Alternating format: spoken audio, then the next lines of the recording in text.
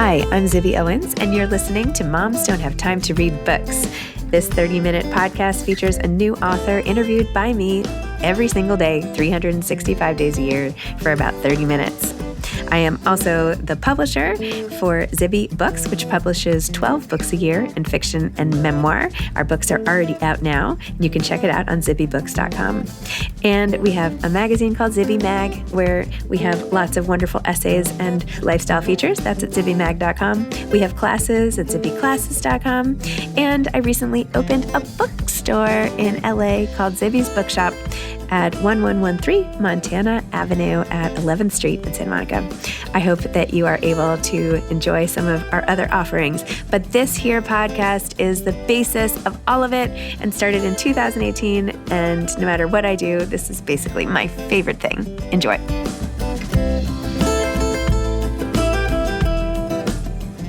Katherine Vaz is the author of Above the Salt, a novel. Katherine is a former Briggs Copeland Fellow in Fiction at Harvard and Fellow of the Radcliffe Institute. She's the author of Saudade, Mariana in Sixth Language, which was optioned by Harrison Productions, Fado and Other Stories, and Our Lady of the Artichokes. Above the Salt, which published in November by Flatiron, was 18 years in the making.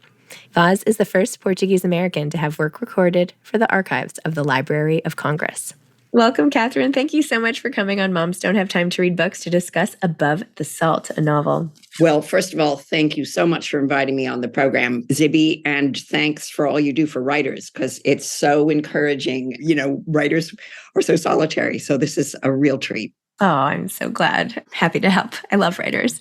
And speaking of, you are so breathtakingly talented the way that you write. Oh, I feel like I'm reading a book that's been assigned in school as like an example of something. I mean, your language is just, it's just amazing, immersive, beautiful, otherworldly, like soulful, spiritual. I don't know. You're a beautiful writer. So I'm sure you know that. But anyway. You know, it helps to hear that. And it's so encouraging. And I will say that we writers all have their challenges, and it really makes sense to look at strengths and weaknesses. And I worked with editors to hone the story and make the story, the spine of it, exist on the top of the book and carry people through. And one of the most wonderful comments I've gotten are comments from readers saying, oh, yes, it's a beautiful poetic book, but the story was so great and it had twists and turns I didn't expect. And I cried here and there, which I love to hear, of course. So that's always very encouraging. I can give you the capsule version of the book. It's based on a true story. And I have Portuguese ancestry and have written a lot about the Portuguese in America.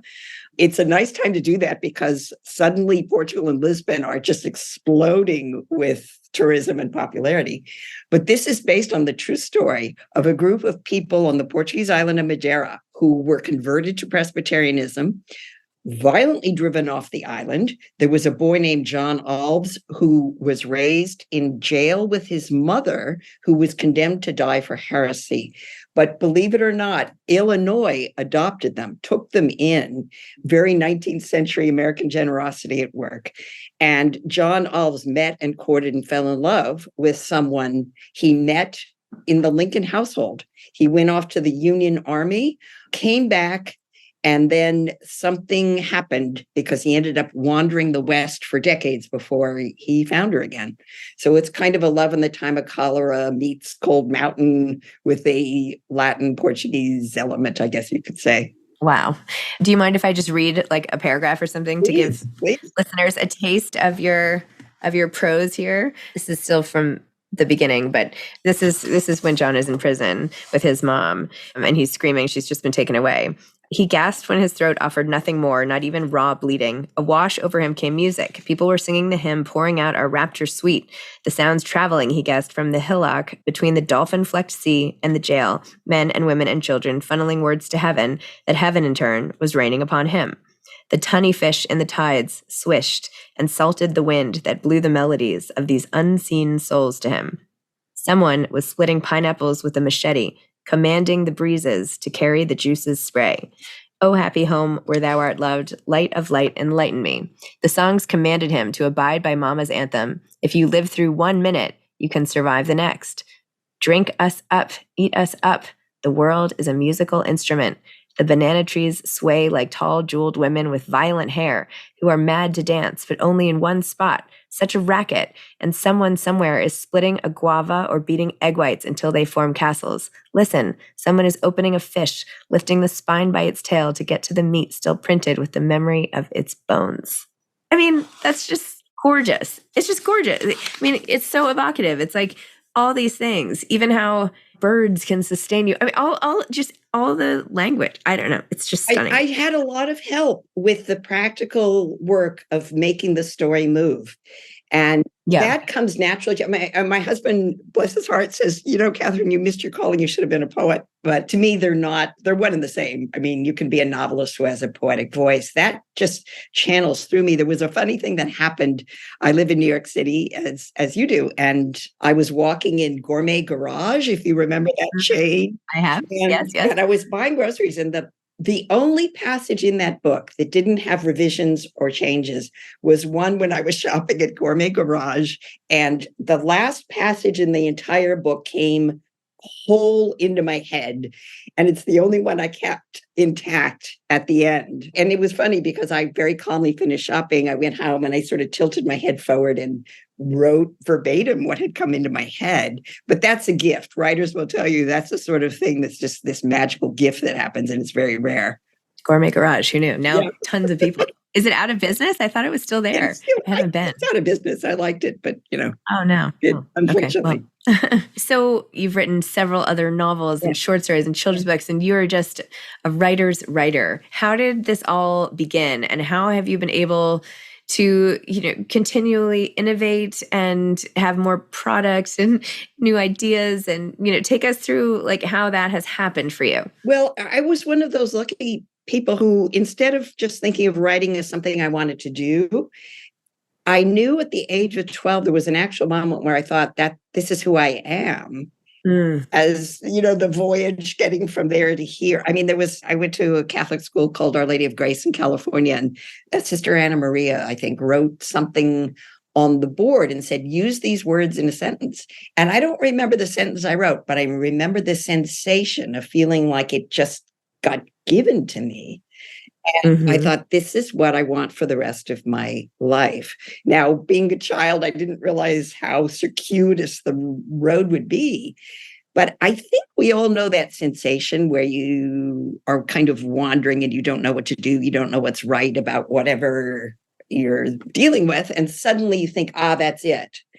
And the issue for just life in general, not just writers, is the patience required to get to those moments where you think this is it. Now, in this case, for this book, it accumulates. Your life accumulates. And I was invited to give a talk at the Library of Congress in the Hispanic division about my previous book. And the woman in charge said, they have a really strange exhibit in the map room I really want to show you. And it was something called the Portuguese Protestants of Illinois, which made us laugh. And she said, this sounds like something that'd be right up your alley. And I did a little preliminary research, but I thought, no, I don't know. It was like my own love story. I don't know about this guy, and I don't know if I want to get involved. And then suddenly I read an interview with him in which he talks about being an old man going back to the Lincoln household. And I have this in the book. And he is so overcome with memories of love when he was a young man that his hand is shaking too much to sign the Lincoln guest book. And another person there has to do it for him. And that kept me going. It took over 15 years to write this book. That kept me going, not the goals or the plot so much as that moment of what kind of love was that as an old man, the memory is making him shake so much he can't sign his name.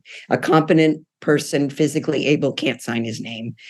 And when I was in Illinois doing research, it was a wonderful moment where they were so happy in the Abraham Lincoln Presidential Library that I was not there to check genealogy. Like my great uncle had been, or great great uncle was the pallbearer for Lincoln, that kind of thing, that they kept running down to the vault for me and saying, let's get the guest book up. Let's get Mary Todd Lincoln's cookbook. Let's bring it up, which was wonderful because the dessert pages were stuck together with sugar. So I'm a real believer in when you do a book, it's not just fact or word, it's bringing the world into your veins and going out and being surprised, meeting people. In Illinois, I met a botanist at Illinois College named Dr. Lawrence Zettler, who was developing ghost orchid perfume. And I thought that has to be a cameo in my book, because who knew that ghost orchids were out in the prairie of Illinois. And it was only last year that in London at the Royal Horticultural Garden annual event, he gave me a vial of ghost orchid perfume because we went there basically to get it. I wish I could tell you it's this intoxicating, wonderful scent, but it was kind of sort of neutral smelling. But I think research like life, you have to say, all right, world, let me open my veins. I mean, Emily Dickinson has a beautiful line about keeping the soul ajar. And that is, I think, what writers have to do, because we get very goal-oriented. We get, here's my plan, here's my outline. And then we miss that point of going from discipline and will into inspiration and saying, all right, tell me what the story is. So that part of it really took a lot of years to get right in terms of writing these characters. You know, it's been a real thrill to have it done, though, I must say. I mean, it got into People magazine as a book of the week. It got, you know, you put it on your top 15 list for November. And I've been so heartened by readers writing to me saying that they fell in love with Mary and John and my characters. And that means the world to me as a writer. That just made it all worthwhile. That's amazing. Keeping the soul open. I love that. I feel like in your book, the way you write about love is particularly soulful, impactful. What are you tapping into in your own life, if anything? Which loves are you? Yeah, I feel like you're putting an IV into and draining. That's a really great question. And I think one thing I wanted to get across is there's this wonderful Portuguese word that people are hearing more and more now, which is saudade. And in Brazil, they say saudade, which is supposed to be one of those impossible to define words, but it means the kind of longing for people or places that are missing, so that the absence of them is the biggest presence in your life. And you can have saudade for people who are still in your life, but there's that longing. And I think that attitude, that a capacity for grief and sorrow increases your capacity for joy and love, was something that I always grew up with. And that was, that emotional capacity is large if you can contain all those things, because being in love with someone, of course, is you accept grief that might come. You take it all in. Mm-hmm. And I think one of the things that happened to me personally when I was writing the book was my father died. This is now about 10 years ago. So it was 1/3 of the way through. And he's kind of in the character of, in fact, his name was August, Mary's father. And he was a magical gardener. And so that got me through that. I put a lot of the love I had for my dad, who came from the Azores. His family came from the Azores, and I felt a lot of love and missing him. So I think the love of Mary for her father was the flip side of my grief, you know, and I think that those aren't opposites. We tend to shy away from grief and sadness. And I think the idea of embracing it as part of having a large capacity is important. But there's another personal thing, which is a lot more fun, which is that at the beginning of this book, when I was at the Radcliffe Institute first starting it, I met Christopher Cerf, and the entire span of our relationship together has been this book. So I've been living my own love story while writing this long love story. I won't tell people how it turns out later in life. So that fueled me too. And I guess just that feeling of books and language are a way of sharing the language we all feel inside, but we don't really use on a day-to-day basis. We can't. I mean, even when you're fond of someone, even when you love someone, you don't constantly say it. And we all come up with cliches when, we try to comfort people or say we love someone. And I think language and books and love stories are a way of really getting into that bedrock of emotion where language can help us connect with each other. That's beautiful. Really beautiful. I'm so sorry about your dad. And now I want to hear more about your falling in love with Christopher Surf, who, by the way, was on this podcast many years ago. Yes. Wait, tell me about that. And what was that like? And were you both married previously, or what? I don't know. This is none of my business, but tell me anyway. Second marriages for both later in life. And I will say this is very amusing because I have young people, both men and women, young men and women who come up and say, "Oh my God, you're my model," because otherwise I just want to give up. And I said, well, I did give up. I was alone for a number of years. And it had that feeling of a later in life love. When I met Chris, we had actually met like 25 years before in California, but didn't even go out. And he lives in New York, I live in California. And I was at the Radcliffe Institute at a party, and a wonderful woman named Lindy Hess, who people in the publishing world will recognize as someone who is this wonderful person able to put editors in all sorts of places. She ran a publishing program, the Columbia Publishing Program, said his name. And I said, oh my gosh, I haven't heard that name in years. And I had a friend named Varley O'Connor who had a book coming out with Bellevue Literary Press, which was put out by Bellevue Hospital. They were doing books on medical topics. And she had a novel called The Cure coming out. And I said to him, well, I'm going to a book party at Bellevue Hospital. You're welcome to join me. So our first date was at Bellevue Hospital for a book party, which was a wonderful marriage of all sorts of things. And I knew my life had changed right away. This is very romantic, but we kissed in the cab, kind of sat back like it was a movie scene. I got out and went to my hotel, sat on the end of the bed. We'd had dinner and talked for 4 hours. The phone rang again, and he said, I wanted to hear your voice again. So that was it for me. Oh, I know, isn't that? I mean, whenever we have a quarrel, I think, oh, but you have such a good story. You stick to the course. It's okay.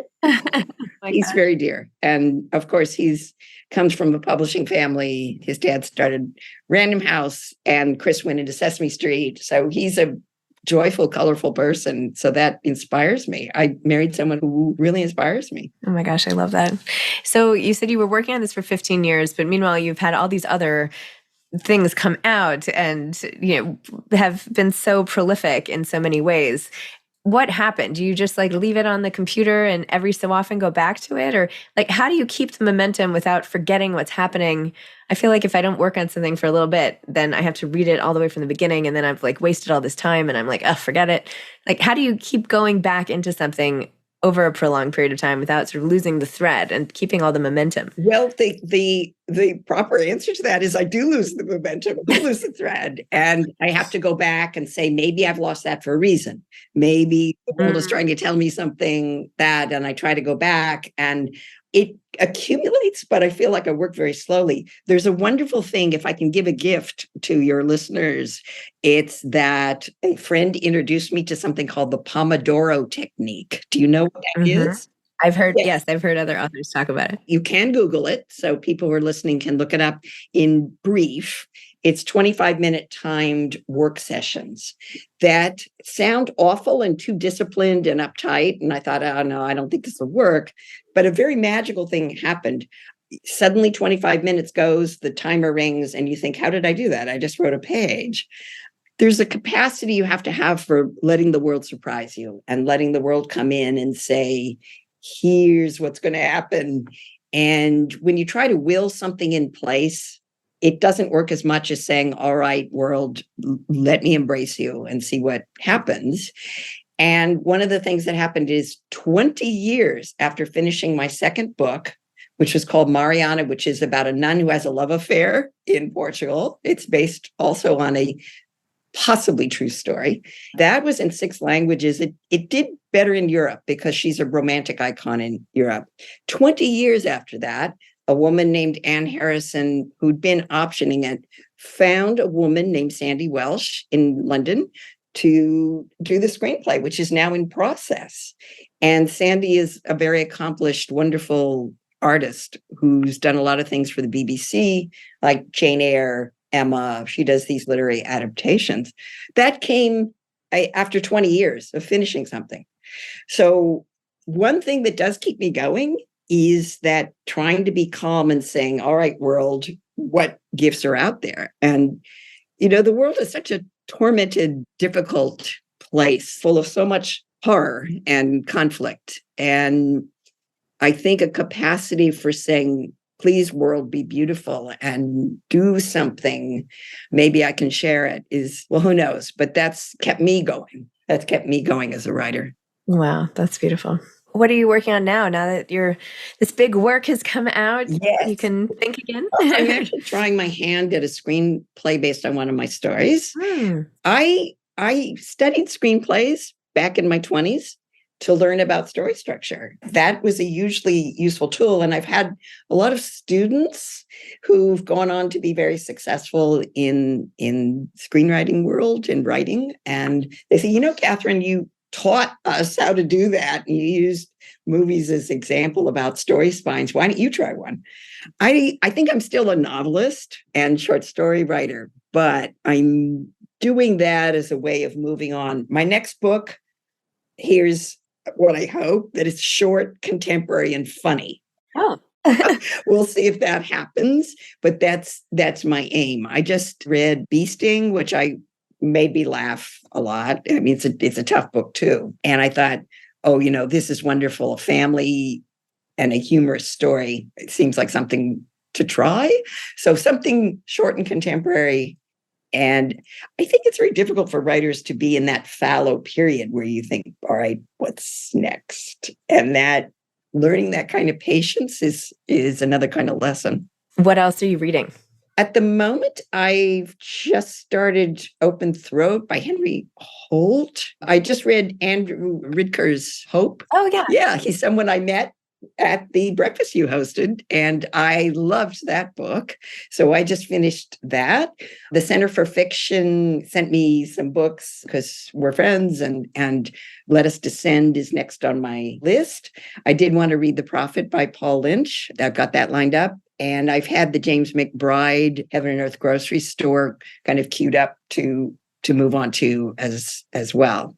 So I've got a pile of New Yorkers to get through, but I think reading is a good thing to fill up with in these in-between phases. I tend to work on one thing at once so that my brain can stay attuned to the one thing without jumping, trying to be calm and waiting for those things that might happen for the thing I'm working on.